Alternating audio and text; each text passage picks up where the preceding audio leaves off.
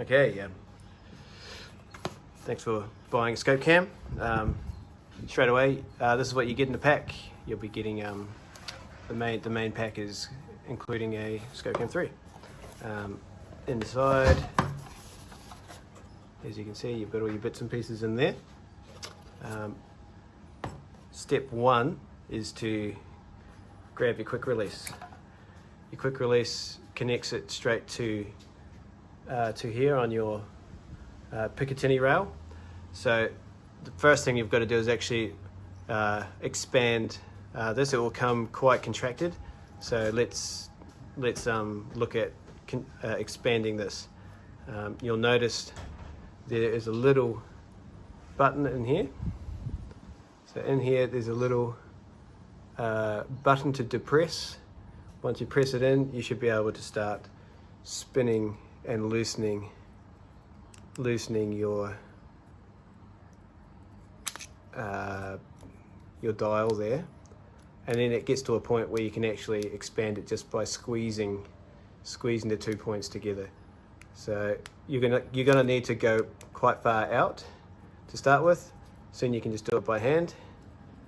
Go out quite far, and let's measure it up against the pick rail here. Okay, so I've loosened it off, so it's quite wide now, and now I'm just going to make sure that it's wider than the actual Picatinny rail, which it is. It's got a little bit of play in there.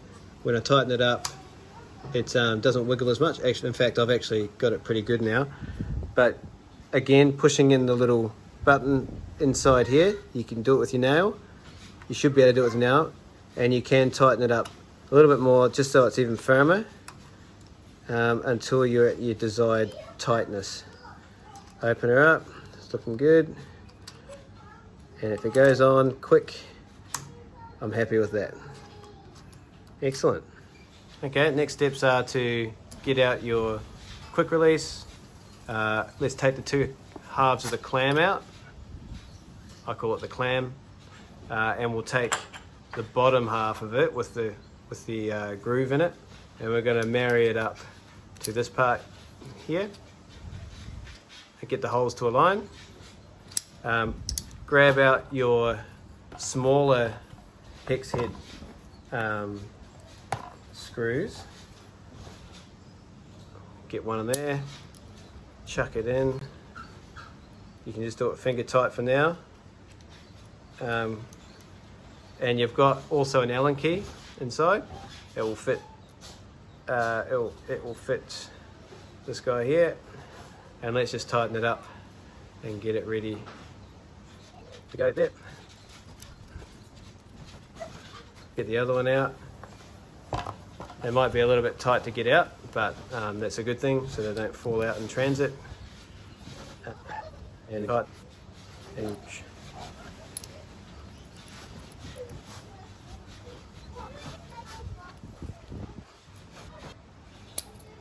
there we go, and do this one up tight as well. Make sure it's nice and flush as possible so it doesn't stick out and collide. All right, and put this away in here. Next thing you can do is grab the other half, pull it over there. Then you can grab out the long one with the long screw, the bolt with the screw on it. And just do it, don't do it tight because you're going to put it onto your rails like that. Next you can grab out the back plate. This part is the phone screen side, so you want to get the blank side. Grab out your first arm, and it goes, it's reverse thread, so it's a bit the opposite of what you would typically do. That's a design feature, so it doesn't unwind itself when it's attached to your phone. And again, here you go for the other side. You can do them pretty tight, just by hand. Don't need any tools for that. And here we go. Next thing is you could just undo this a little bit, put these through, and just tighten it up on the end. There you go. Or depending which arm you want, way around you want your quick release, you might want it on the outer side or the bolt side of your gun if you're right-handed. and just tighten up, finger tight. And yeah, now you're set up with the main part of the scope cam. Next thing I would grab out is the back plate. Majority of you are going to use it with the silver side down, facing straight down.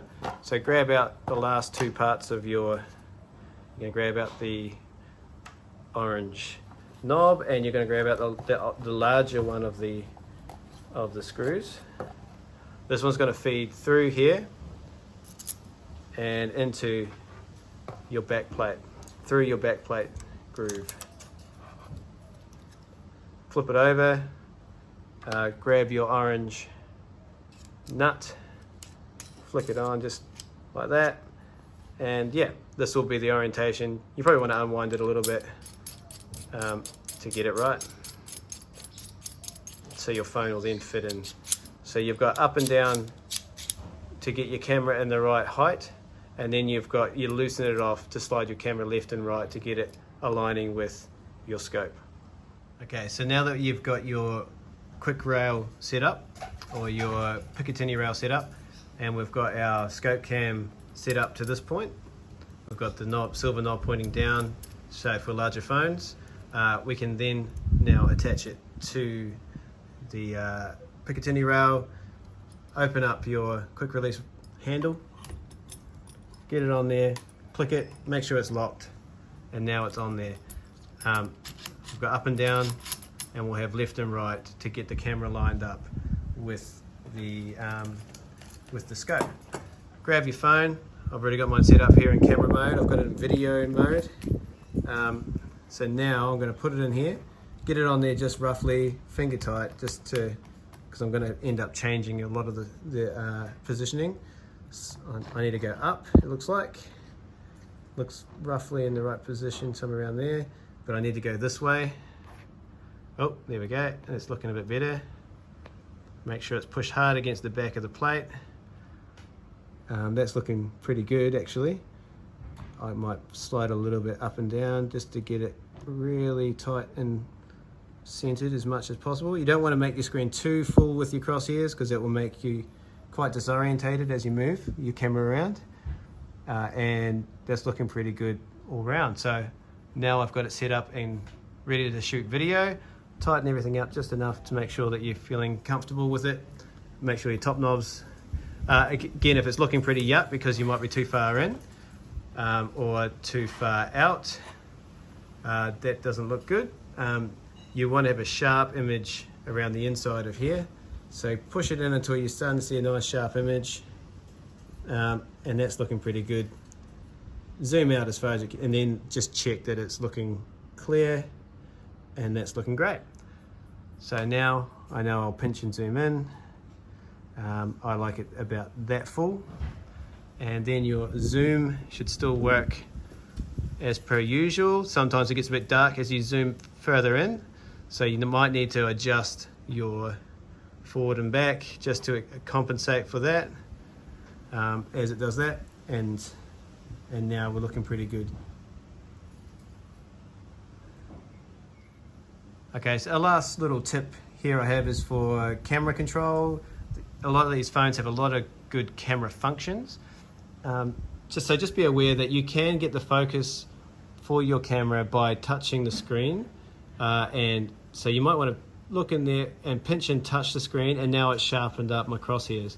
If you touch the screen and lock it, now the actual crosshairs are locked, so the zoom won't the focus won't change, making your picture nice and sharp, and it won't adjust in real time, so it won't be on autofocus. If you're finding it's too bright or dark, by swiping up and down, or at least on iPhones, this is the way to get the exposure changed during or while you're using it. So that's a little tip to make sure you get the best picture in the daylight that you have. So yeah, just getting it in the right position is the way to go. Some of the phones have slow motion functions, so you can chuck it into slow motion. That's how you can use it, or record shots in slow motion. Again, put touch focus there, and try and get it to lock on your crosshairs. Having having a bigger distance makes it easy to focus. Against my fence is quite difficult, but you can see I can touch and try and get it to focus. And you can also just take photos as standard, get it in the right position, and away you go. So that's a few little tips for you just to get up and running. Just be aware cameras that have multiple camera lenses can mean that your alignment jumps out of alignment when you change from a 1x zoom camera to say a 2x zoom, because the position of the camera has moved from here to over here. So you'll be looking down the side of the scope rather than through the scope. So you might need to make an adjustment, or make sure you don't go past the threshold, which is between 1 and 2x zoom. And if you want to go larger, it will change position on the cameras.